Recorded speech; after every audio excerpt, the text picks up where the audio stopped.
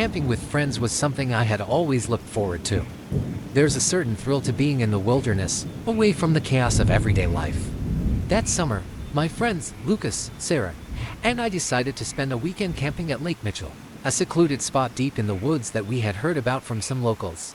The drive up was beautiful, winding roads through dense forests, with the sun filtering through the leaves, casting golden light on the path ahead. When we arrived at the lake, it was just as we had imagined, peaceful, quiet, and completely isolated. We set up our tents near the water's edge, excited for a weekend of fishing, swimming, and ghost stories around the campfire. The first night was perfect.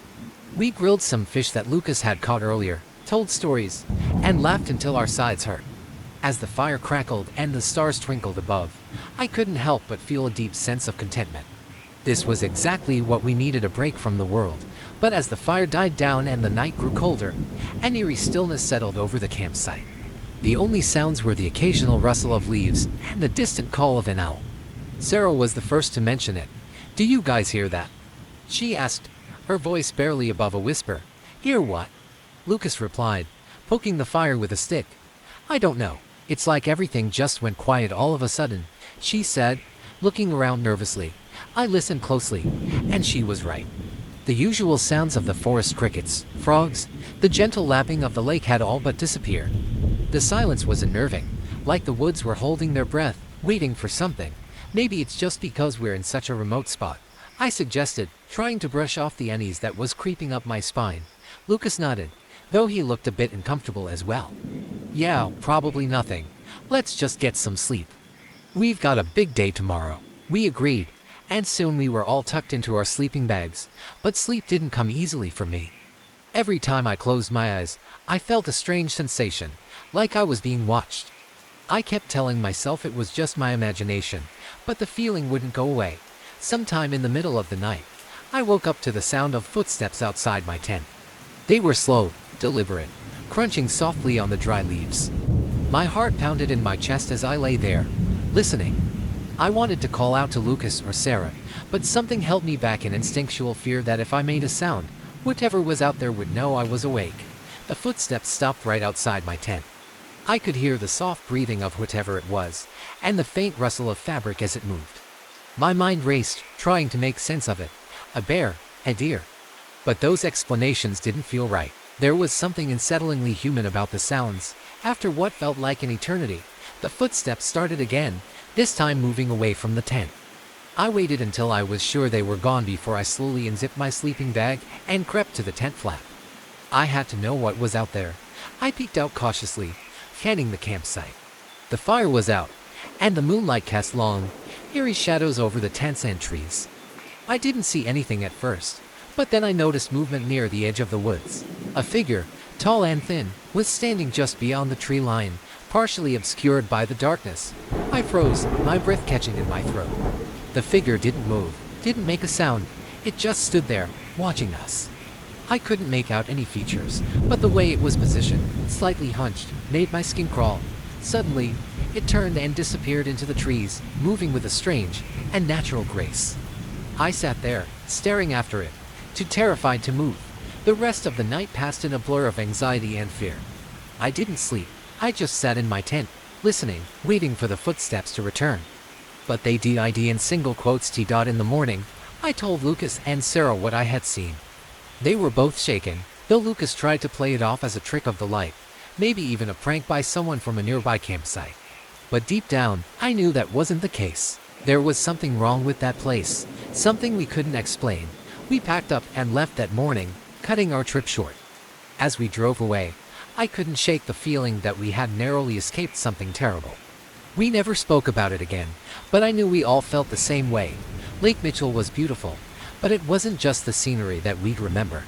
It was the figure in the woods, the one that watched us through the night, that we'd never forget. And sometimes, late at night, I still hear those footsteps in my dreams, reminding me of the horror we left behind in those dark, silent woods.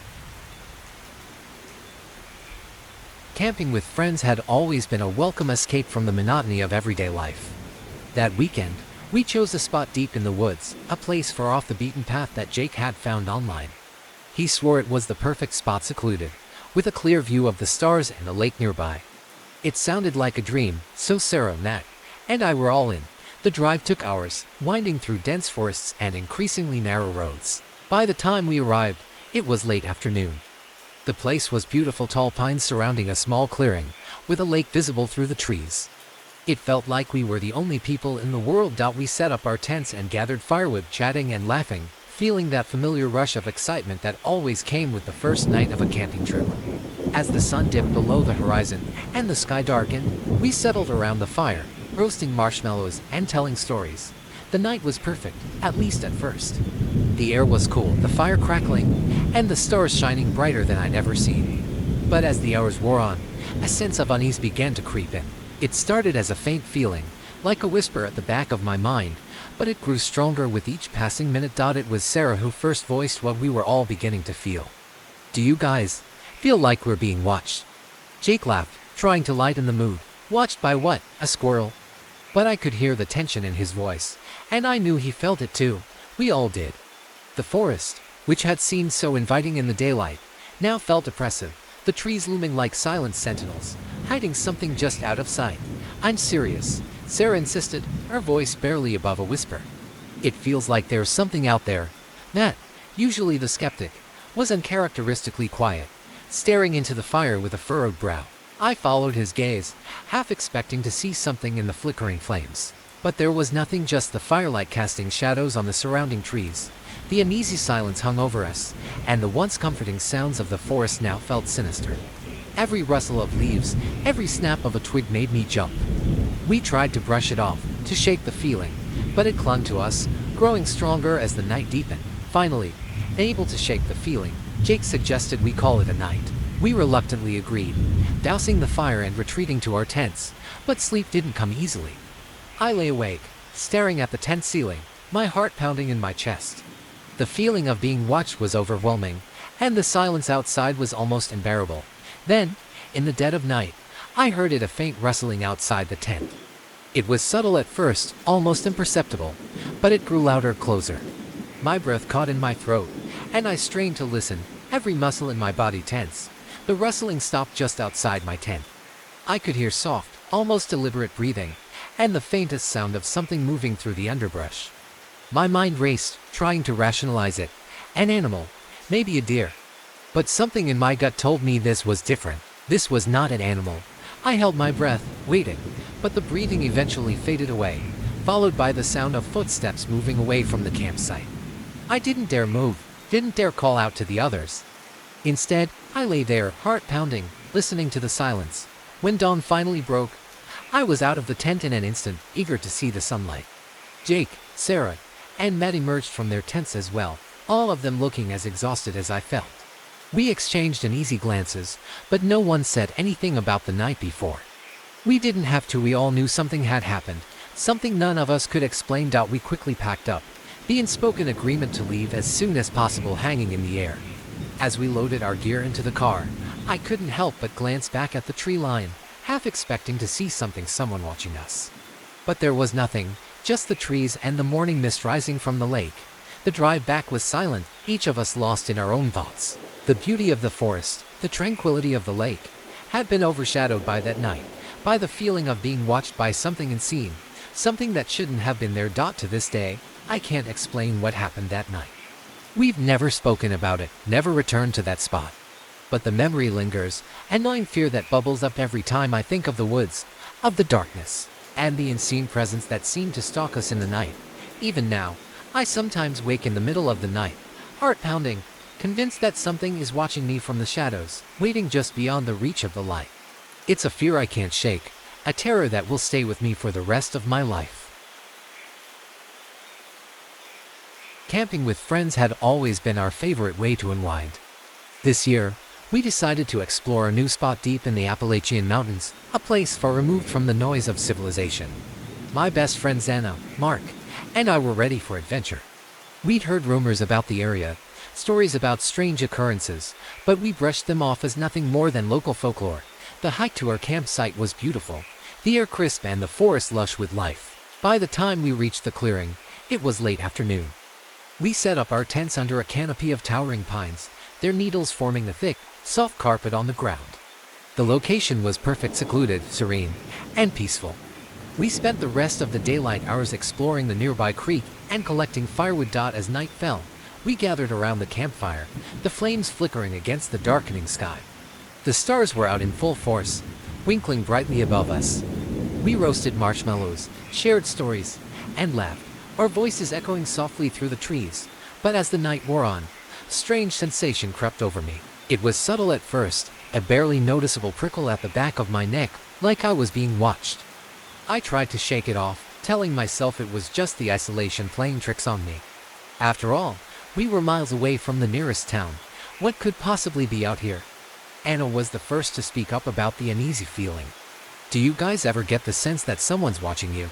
she asked, her voice tinged with nervousness. Mark chuckled, poking the fire with a stick. "It's just your imagination, Anna. We're in the middle of nowhere." But as soon as he said it, the feeling intensified. I glanced around the campsite, my eyes scanning the darkness beyond the reach of the firelight. The trees stood silent and still, their shadows long and ominous. There was no wind, no rustling leaves, just an oppressive and natural stillness. I tried to focus on the warmth of the fire and the comfort of my friend's presence, but the feeling wouldn't go away. It was as if the forest itself was watching us, waiting. The hairs on the back of my neck stood up, and I could see that Anna and even Mark were beginning to feel it too. "Maybe we should call it a night," I suggested, trying to keep my voice steady. We all agreed, none of us eager to linger by the fire any longer. We doused the flames and retreated to our tents. I lay in my sleeping bag, staring at the tent ceiling, every sound amplified in the stillness of the night. My heart thudded in my chest as I listened to the quiet, straining to hear anything unusual. That's when I heard a soft, almost imperceptible whispering coming from the woods. It was faint, carried on the cool night air, but there was no mistaking it. It sounded like multiple voices, speaking in low tones, just beyond the edge of the clearing. I held my breath, trying to make out what they were saying, but the words were too jumbled, too distant. I wanted to dismiss it as the wind, but there was no breeze, no rustling leaves. The air was still, the night silent, except for those whispers. My mind raced, trying to rationalize what I was hearing, but I couldn't. The whispers continued, growing louder, closer, until it felt like they were right outside the tent. I squeezed my eyes shut, willing the sound to go away. Then, just as suddenly as they had started, the whispers stopped. The silence that followed was even more unnerving. I lay there, frozen, listening to the pounding of my heart and the distant hoot of an owl. Morning couldn't come soon enough. When the first light of dawn filtered through the trees, I scrambled out of the tent, desperate to escape the suffocating darkness. Anna and Mark emerged from their tents, both looking as tired and shaken as I felt. We exchanged uneasy glances, but no one said a word about the whispers. We didn't need to. The fear in our eyes said it all. We packed up quickly, eager to leave the clearing behind. As we hiked back down the trail, the forest felt different, less welcoming, more sinister. The trees that had seemed so majestic the day before now loomed over us, their branches twisting into unsettling shapes. We made it back to the car in record time, none of us looking back. As we drove away, the tension slowly began to ease, but the memory of that night lingered. We never spoke about what happened, never returned to that campsite. The whispers in the woods, the feeling of being watched, stayed with me long after the trip was over. Even now, when I find myself alone in the forest, I sometimes hear faint whispers carried on the wind. It's a reminder of that night, of the unseen presence that watched us from the shadows. I'll never know what it was, and I'm not sure I want to. But one thing is certain, the forest holds secrets, and some of them are better left undiscovered. Camping had always been our go-to getaway. This time, my friends Alex, Jenna, and Mike and I decided to venture to Hollow Lake, a secluded spot we'd stumbled upon in an old hiking book. The promise of untouched nature and serene waters was too tempting to pass up. The journey there was uneventful, the asphalt giving way to gravel, and eventually to a dirt path framed by dense woods. As we arrived, the late afternoon sun cast a golden hue over the tranquil lake, its surface glassy and undisturbed. We set up our tents close to the shoreline, eager to immerse ourselves in the wilderness. The first day was blissful. We swam in the cool waters, fished, and shared stories around the campfire as dusk settled. The sky transformed into a tapestry of stars, more vivid than any of us had seen before. Laughter echoed as we roasted marshmallows, the scent of burning wood filling the air. As the night deepened, a heavy silence blanketed the area. The usual nocturnal chorus was absent. No crickets, no lulls, just an oppressive stillness. Jenna was the first to comment on it. Is it just me, or is it eerily quiet tonight? She asked, her eyes darting around the darkened tree line. Mike shrugged, trying to appear nonchalant. Maybe the wildlife took the night off. We chuckled, but the unease lingered. Feeling a shiver that wasn't from the cold, I suggested we turn in for the night. We doused the fire, and each retreated to our tents. I struggled to sleep, the silence pressing against my ears. Lying there, I stared at the tent ceiling, every rustle amplified in the void. Just as I felt myself drifting off, a faint sound jolted me awake, a distant echo. Like a melody carried by the wind, I strained to listen. It was a haunting tune, reminiscent of a lullaby, weaving through the trees and settling over the campsite. It was both beautiful and unsettling. I unzipped my tent cautiously, peering out into the night. The lake shimmered under the moonlight, but nothing seemed amiss. Suddenly, Alex's whisper cut through the quiet. You hear that? I turned to see him emerging from his tent, his face pale. Jenna and Mike followed suit, all of us standing silently, the melody wrapping around us. It grew slightly louder, more distinct. The voice, feminine and ethereal, sang in a language none of us recognized. Maybe it's someone else camping nearby, Mike suggested, though doubt laced his words. Jenna shook her head. We didn't pass anyone for miles. Besides, it's coming from the lake. We gathered at the shoreline, the song beckoning us. The water was unnaturally still, reflecting the starry sky like a mirror. As we stood there, as soft mist began to rise, swirling and taking shape, from the fog emerged a figure, a woman dressed in flowing garments, her features indistinct but her presence palpable. She hovered just above the water's surface, her song continuing, filled with sorrow and longing. Frozen in place, we watched as she extended a hand towards us. Her eyes, though shadowed, seemed to plead, urging us to understand. Jenna, tears streaming down her face, whispered, she's mourning. How do you know? Alex asked, his voice trembling. I don't know. I can just feel it, Jenna replied, clutching her chest. As suddenly as she appeared, the woman's song faded, her form dissolving back into the mist. The fog receded, and the natural sounds of the night resumed, crickets chirping, leaves rustling. It was as if the forest had been holding its breath and finally exhaled. We stood there in stunned silence before retreating to our tents, the weight of what we witnessed pressing upon us.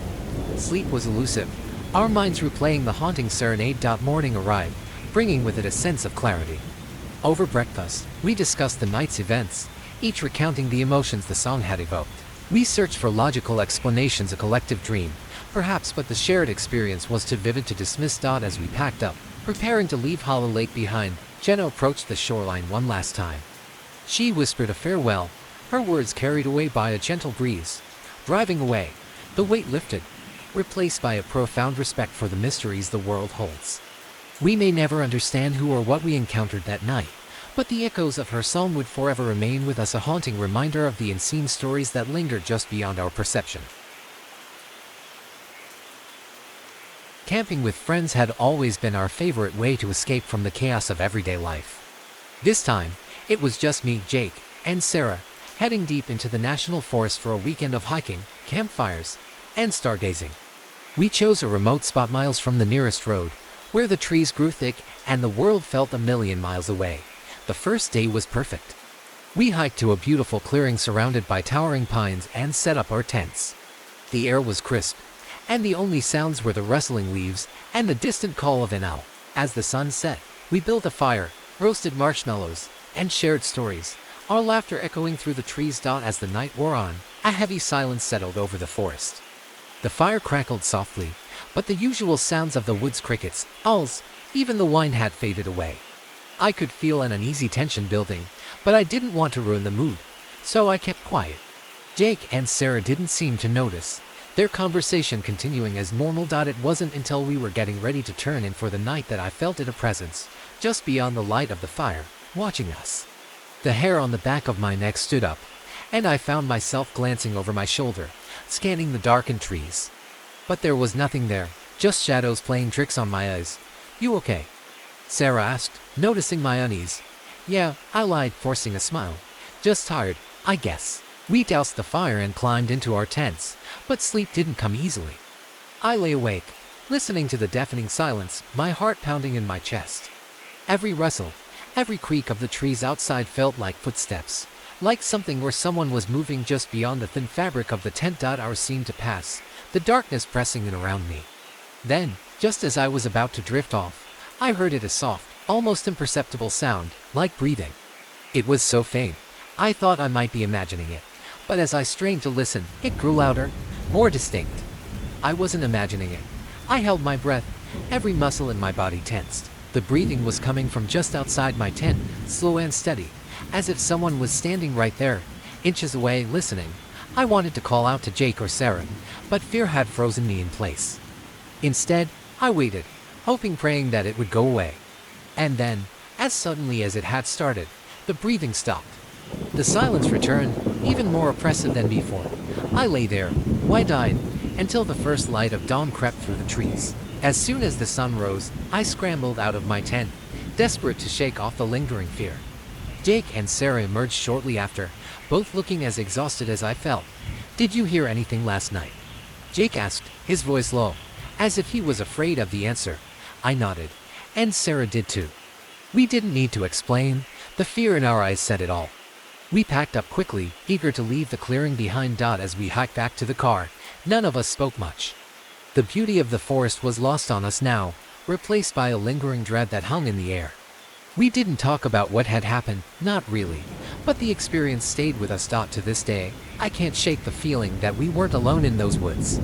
Something was out there, watching, waiting. And though we all made it out safely, I've never been able to forget that eerie, rhythmic breathing in the darkness, or the sense that something unseen followed us back out of the forest. It was supposed to be a weekend of fun, just me, Eric, and Laura camping in the mountains. We'd all been so busy lately that this trip felt like the perfect way to reconnect. We found a secluded spot by a small river, surrounded by thick trees, with the closest trail miles away. The isolation was exactly what we were looking for. The first day was perfect. We spent hours exploring the woods, skipping stones across the river, and talking about everything and nothing at all. As the sun dipped below the horizon, we built a campfire and settled in for the night, our faces glowing in the warm light. The stars were brilliant, the kind of sky you can only see far away from the city. It was while we were sitting around the fire that we noticed something strange. A sound, faint at first, but unmistakable, like the crackling of twigs underfoot. It wasn't one of us, we were all accounted for. We froze, listening intently. The sound grew louder, closer, as if someone or something was moving through the woods toward us. "Probably just a deer," Eric said, trying to sound casual, but his eyes betrayed his unease. "Or a bear," Laura whispered, half joking but clearly nervous. We exchanged uneasy glances. I was about to suggest we grab the bear spray, just in case, when a figure emerged from the trees. A man, disheveled and gaunt, stepped into the light of our fire.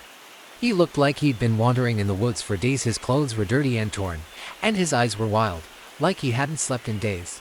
"Evening," he said, his voice rough and gravelly. "Mind if I sit by your fire?" We were too stunned to say no.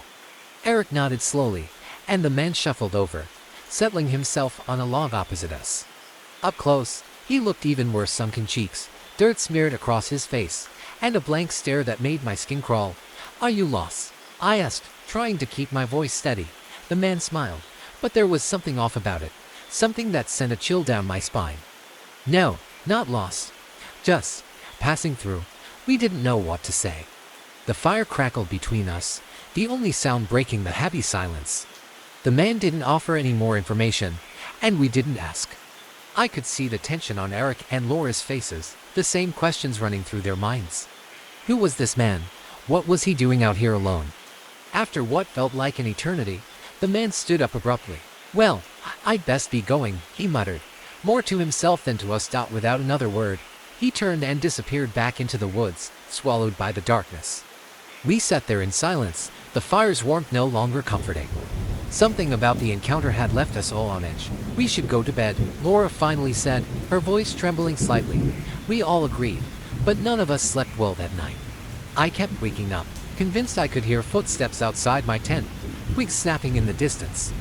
Every time, I told myself it was just my imagination, but the fear gnawed at me, refusing to let me rest. In the morning, We packed up and left as quickly as we could.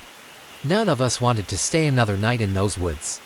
As we hiked back to the car, we talked about the strange man, trying to make sense of what had happened. "Do you think he was dangerous?" Eric asked, his voice low. "I don't know," I admitted. "But I'm glad we didn't find out." We never spoke about the man again after that trip, but the memory has stayed with me. I still go camping, but I'm more cautious now, always aware of my surroundings, always wondering who or what might be watching from the shadows. And whenever I hear twigs snapping in the woods, I can't help but think of that night, and the stranger who appeared out of nowhere, only to vanish just as mysteriously. To this day, I still wonder if we were lucky or if we had a close encounter with something far more sinister than we'll ever know. Last summer, my friends and I decided to go camping in a remote part of the forest that none of us had ever visited before. It was supposed to be a weekend of fun and relaxation, just me, Brian, and Emily. We'd heard about the place from a coworker. He said it was beautiful, isolated, and perfect for getting away from it all. That sounded exactly like what we needed. We arrived at the campsite in the late afternoon, and it was everything we had hoped for. Tall trees surrounded a small clearing, and a crystal-clear stream ran nearby. We set up our tents, gathered firewood, and settled in for the night. As dusk fell, we sat around the campfire, roasting marshmallows and telling stories, the flames flickering and casting long shadows around us. As the night grew darker, the forest became eerily quiet. The usual sounds of crickets and distant wildlife seemed to fade away, leaving us in an unsettling silence. We joked about it at first, but I could tell that Brian and Emily were just as unnerved as I was. There was something about the stillness that felt. "Mom, did you hear that?" Emily suddenly asked, her voice barely above a whisper. We all stopped talking, straining to listen. At first, there was nothing. Then, faintly, we heard it, a soft whispering, like the wind passing through the trees, but more deliberate, almost like voices. It was so quiet that I thought I might be imagining it, but the look on Brian's face told me he heard it too. "Probably just the wind," Brian said, trying to sound confident, but his voice wavered slightly. We nodded in agreement, though none of us really believed it. The whispering grew louder, still indistinct but definitely there, surrounding us from all sides. It was impossible to tell where it was coming from, but it felt like the forest itself was alive, watching us, murmuring just out of earshot. "Maybe we should turn in," I suggested, trying to break the tension. "It's been a long day." We quickly doused the fire and retreated to our tents, but sleep didn't come easily. The whispering continued, persistent and unnerving. I lay there in the darkness, heart pounding, as the whispers seemed to grow closer, almost as if they were right outside my tent. Suddenly, I heard a rustling noise, and my breath caught in my throat. Something was moving outside. I wanted to call out to Brian or Emily, but fear kept me silent. The rustling grew louder, then stopped, replaced by a low, guttural moan that sent chills down my spine. I squeezed my eyes shut, praying it would go away. After what felt like an eternity, the noises stopped, and the whispering gradually faded. The silence returned, heavy and oppressive, but at least it was better than those whispers. I lay awake for hours, too afraid to move, until the first light of dawn filtered through the trees. When I finally emerged from my tent, Brian and Emily were already packing up, their faces pale and drawn. We didn't say much, just shared a look that said everything. We needed to leave, and fast. We hiked out of the woods in silence, none of us wanting to look back. We never spoke about what happened that night, but it stayed with us, a lingering fear that something in those woods had been watching us, whispering secrets we were never meant to hear. To this day, I can't shake the feeling that the forest was trying to tell us something, and I'm not sure I ever want to know what it was. My friends and I had always been avid campers, but this trip was different. We decided to camp at a remote site in the hills that was recommended by a friend who swore it was the best spot for a peaceful getaway. It was just me, Jake, and Lisa, eager to escape the city noise for a weekend in the wild. We arrived at the campsite in the late afternoon, and it was everything we had hoped for. The clearing was perfect, with a small fire pit in the center and tall trees encircling us. We set up our tents, and as evening fell, we gathered around the campfire, roasting marshmallows and reminiscing about old times. The stars were bright, and the night was clear until it wasn't. As we sat by the fire, a dense fog began to roll in from the forest, creeping slowly toward us. It wasn't part of the weather forecast, but we thought nothing of it, attributing it to the chill in the air. The fog swallowed the trees and the edge of the clearing, making everything look ghostly and surreal. The first thing that struck me was how the fog seemed to make the forest unnervingly quiet. The usual nighttime sounds, crickets, the rustling of leaves, had disappeared. It felt as though the fog had muffled all the natural sounds, leaving an eerie silence that seemed to press in on us. Around midnight, the fog thickened, and visibility was reduced to just a few feet. We decided to head to our tents, hoping the fog would lift by morning. As we crawled into our sleeping bags, the silence outside was palpable, and I found it hard to relax. My mind kept racing, and I kept hearing faint, rhythmic thuds almost like footsteps outside our tents. I was about to call Jake and Lisa when I noticed a shadow moving just beyond the edge of the fog. It was a figure, tall and indistinct, blending into the fog like a phantom. I couldn't make out any details, but it was clearly moving in a slow, deliberate manner. My heart raced, and I nudged Jake awake. "Jake," I whispered, trying to keep my voice steady. "Do you see that?" Jake blinked sleepily and squinted through the tent's fabric. He froze, then nodded. "Yeah, I see it. What is that?" We watched in terrified silence as the shadow seemed to circle our campsite, never coming too close but always present. I wanted to wake Lisa, but I didn't want to panic her unnecessarily. We remained still, listening to the quiet thuds and watching the shadow move through the fog. After what felt like hours, the fog began to dissipate, and with the first light of dawn, the shadow vanished. The forest returned to its usual sounds, and the oppressive silence lifted. We emerged from our tents, exhausted but relieved. We didn't talk much about the shadow. It was clear that whatever it was, it had not intended to harm us. The fog had made everything seem more menacing than it probably was. We packed up quickly, eager to leave the unsettling fog behind. To this day, I can't fully explain what we saw that night, but I'll never forget the feeling of being watched from the fog. The shadow was a reminder that sometimes, our imaginations, combined with the unknown, can turn the most serene places into something far more sinister. It was supposed to be a simple camping trip. Just me, Aaron, and Jenna escaping the bustle of our city lives for a weekend in the serene woods of the national park. We chose a secluded spot by a small lake, recommended by a friend for its peace and natural beauty. We arrived in the late afternoon, and the area was just as beautiful as described. We set up our tents, gathered some firewood, and as night fell, we built a campfire and cooked dinner. The sky was clear, and the stars were out in full force, their twinkling reflecting off the still lake. Everything felt perfect. As the night deepened, a dense fog began to roll in from the lake, shrouding our campsite in an eerie mist. It was strange because the weather forecast had predicted clear skies. The fog grew thicker, obscuring the trees and turning the lake into a shadowy expanse. Despite the unsettling atmosphere, we shrugged it off, attributing it to a sudden, unpredicted weather change. We huddled close around the fire, trying to keep warm and lighthearted. That's when I noticed a faint flickering light in the distance across the lake. At first, I thought it was just a reflection or my eyes playing tricks, but the light persisted, moving in irregular patterns. "Hey, do you see that?" I asked Aaron and Jenna, trying to keep my voice steady. Aaron squinted into the fog. "Yeah, I see it. It's probably someone else camping. It looks like a lantern or something." Jenna nodded, though her face looked worried. "It's really weird. Do you think it's safe?" We decided to ignore it, trying to focus on our campfire stories, but the light continued to flicker, casting an eerie glow through the mist. It was unsettling, but we convinced ourselves it was just another camper or a distant fisherman. Still, the light never seemed to move closer or farther away, remaining stubbornly in the same spot. As the night wore on, the fog grew denser, and the light seemed to flicker more wildly. At one point, it disappeared altogether, only to reappear a few minutes later in a slightly different position. It was as if it was following us, though we couldn't tell from where. The combination of the fog and the flickering light created a sense of dread that we tried to ignore. Around midnight, the light suddenly vanished, and the fog began to lift. The stillness that followed was almost deafening.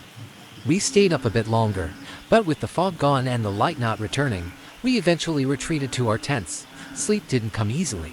Every rustle of the trees and every creak of the tent fabric made me jump.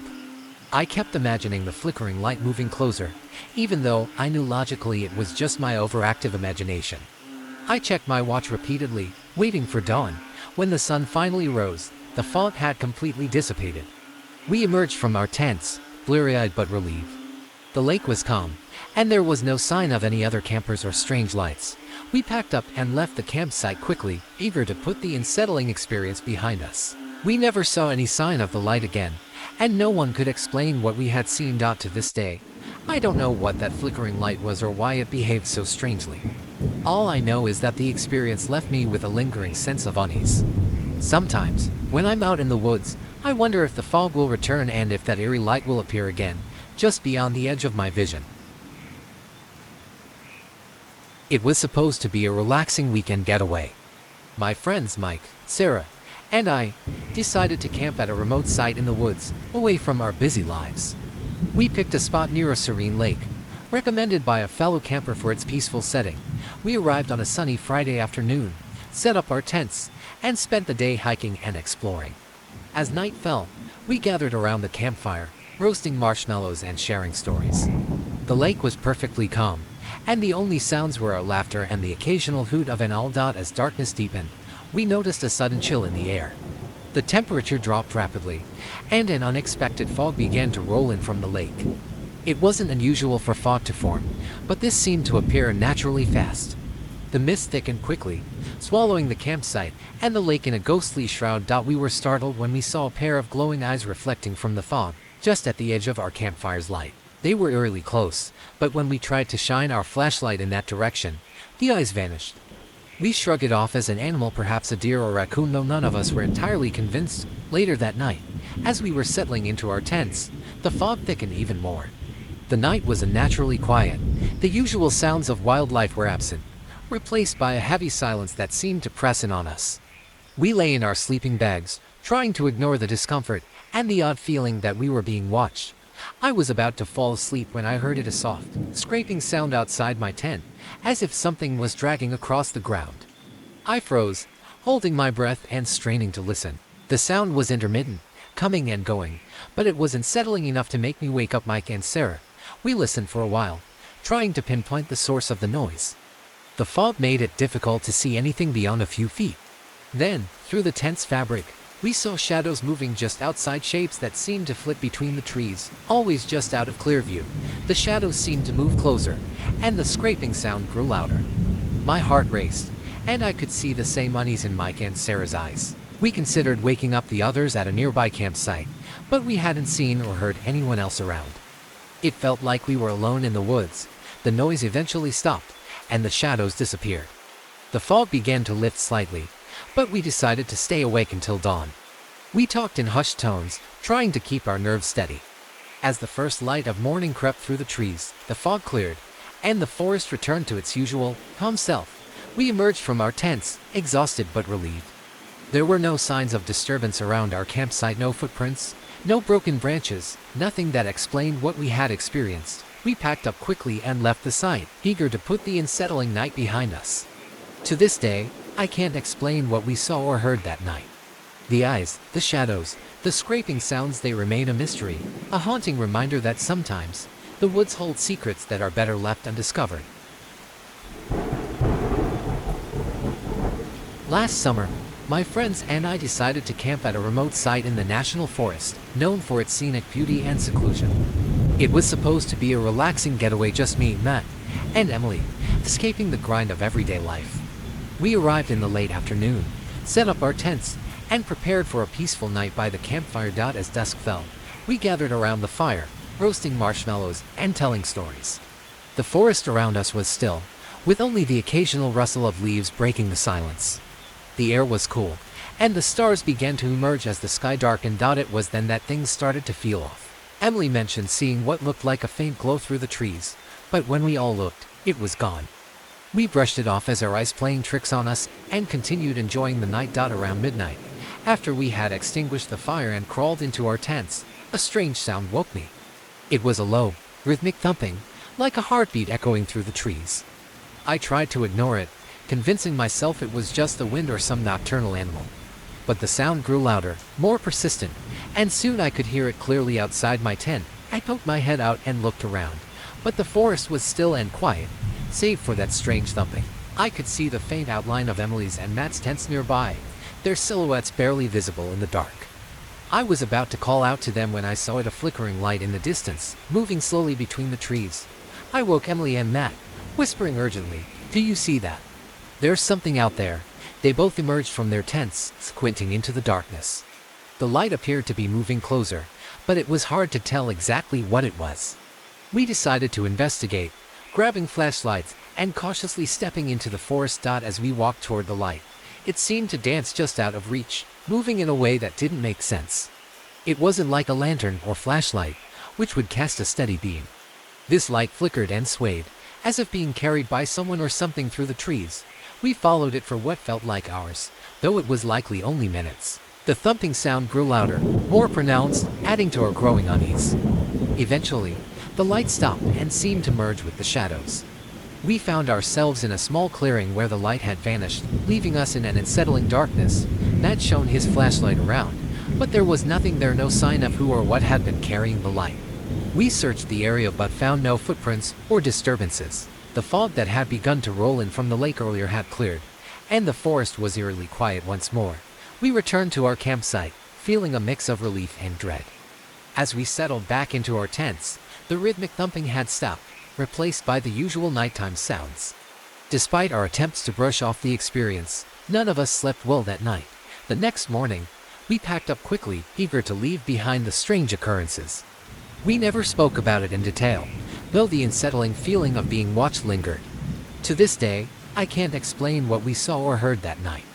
The flickering light, the thumping sound, and the strange sense of being followed are mysteries that remain unsolved, a chilling reminder of how the forest can hold secrets far beyond our understanding. It was a clear summer weekend when my friends Alex, Rachel, and I decided to camp at a remote site deep in the woods. We had heard from a local guide about the site's breathtaking views and solitude, which sounded perfect for a break from our busy lives. We arrived in the late afternoon, set up our tents near a serene river, and enjoyed a day of hiking and exploring. As night fell, we built a campfire and relaxed, roasting marshmallows and sharing stories. The stars were brilliant, and the river's gentle murmur provided a soothing background. Everything seemed perfect until the tranquility was disrupted. Around midnight, as we were winding down, I noticed something strange. A figure appeared at the edge of the clearing, just beyond the reach of the firelight. At first, I thought it was a trick of the light or my imagination, but then the figure moved. It was a man, dressed in dark clothes, standing still and watching us from a distance. I nudged Alex and Rachel. "Do you see that?" I asked quietly. They both looked and saw the figure. Alex suggested we ignore it, thinking it was just another camper, but the figure didn't move. It just stood there, seemingly staring at us. We debated whether to confront the stranger or wait until morning. Eventually, we decided to call out, hoping to clarify the situation. "Hello," I shouted into the darkness. "Is someone there?" There was no response. The figure remained motionless. My heart raced, and Rachel clutched Alex's arm.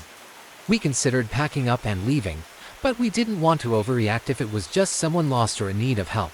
We decided to keep the fire burning and stay alert. The figure remained at the edge of the clearing, but it didn't approach any closer.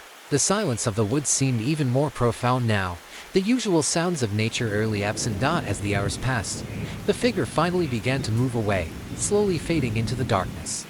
We watched until it disappeared completely. The tension eased slightly, but none of us could sleep well. We stayed up, talking quietly and listening for any sounds of movement. When dawn arrived, we were exhausted but relieved. The clearing was empty, and there was no sign of the mysterious figure. We quickly packed up our gear, anxious to leave the unsettling experience behind. On the way out, we noticed a small, worn path leading off into the forest from where the figure had stood. We followed it briefly, but it ended abruptly at a dense thicket, with no additional clues or signs of recent activity. Back in civilization, we couldn't stop talking about what happened. The local guide had warned us that the area had a reputation for strange occurrences, but we had dismissed it as local folklore. Now, we weren't so sure. To this day, the memory of that night remains vivid. The sight of the lone figure standing silently at the edge of the clearing, the eerie silence of the forest, and the unsettling feeling of being watched linger in my mind. It was a reminder that sometimes, even in the most serene places, there can be inexplicable and unsettling experiences that defy easy explanation.